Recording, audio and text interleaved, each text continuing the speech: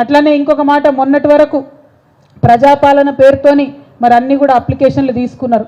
1,20,00,000 అప్లికేషన్లు వచ్చినాయని చెప్తున్నారు. నిజంగా కూడా అప్లికేషన్లు ఎందుకు తీసుకున్నారో ఇంతవరకు ప్రజలకు అర్థమైతలేదు, ప్రభుత్వానికి అర్థమైతలేదు. ఎందుకంటే ఈ డేటా మొత్తం ఎవరెవరు ఏదైతే అప్లికేషన్లు పెట్టుకున్నారో అన్ని మీ సేవా సెంటర్లలో ఆల్రెడీ డేటా మొత్తం ఉన్నది. రేషన్ కార్డు అప్లికేషన్ అయినా, వితంతు పెన్షన్ అప్లికేషన్ అయినా, ఏదైనా ఆల్రెడీ డేటా ఉన్నది. ఇక కొత్త స్కీములు కావాలనుకునే వాళ్ళు పెట్టుకునే అప్లికేషన్లు తప్ప మళ్ళీ పెట్టిన వాళ్ళతోనే పెట్టి తీసుకొని ప్రజల లైన్లో నిలబెట్టిండ్రు.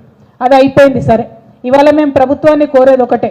ఇవాళ ఆల్రెడీ జనవరి 8వ తారీఖు, 9 అన్నయ్యాల 9వ తారీఖు జనవరి 1 నాడు పెంచినటువంటి పెన్షన్లు వేయాల్సినటువంటి ప్రభుత్వం జనవరి 9 అవుతుంటే కూడా మరి పెన్షన్ల ఊసెక్కడా లేదు.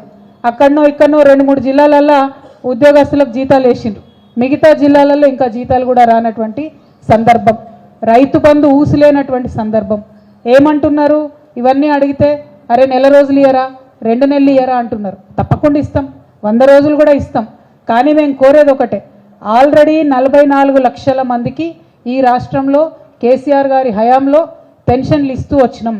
కేవలం ఎవరికైతే వస్తున్నాయో వాళ్ళకే మీరు పెంచి వేయండి పెన్షన్.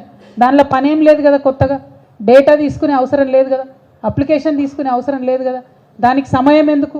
దాన్ని మాత్రం జనవరి 1 నుంచి మీరు పెంచిన పెన్షన్ వేయవలసిందిగా మేము డిమాండ్ చేస్తూ ఉన్నాం.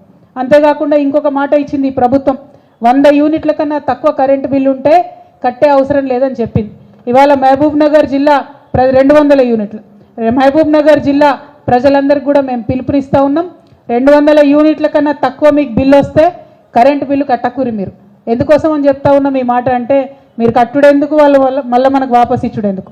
కట్టకుంటే మంచిగా ఉంటుంది, ప్రభుత్వానికి కూడా ఈజీగా ఉంటుంది. కాబట్టి కట్టకుండా ఉండండి అని కూడా మీ అందరికీ నేను మనవి చేస్తూ ఉన్నా. ఇట్లా ఒక్కొక్కటి వాళ్ళు చెప్పినవి కొన్ని చేసే ప్రయత్నం చేస్తున్నారు. అందులో ఏమన్నా లోటుపాట్లు ఉంటే తప్పకుండా ప్రభుత్వానికి సూచన చేస్తాం, సమయం ఇస్తాం. 100 రోజుల తర్వాత బీఆర్ఎస్ పార్టీ కార్యకర్తల నాయకులందరూ సిద్ధంగా ఉండాలి. మళ్ళీ మనం ఉద్యమం చేపట్టాల్సి ఉంటుంది. ప్రజలకు సౌకర్యం కలిగే విధంగా, ఈ ప్రభుత్వం ఇచ్చినటువంటి మాట నిలబెట్టుకునే విధంగా, ప్రజలకు హక్కులు సాధించి పెట్టడానికి, వారి పక్షాన పోరడానికి బీఆర్ఎస్ కార్యకర్తలందరూ కూడా సిద్ధంగా ఉండాలని ఈ సందర్భంగా పిలుపునిస్తూ ఉన్నాం.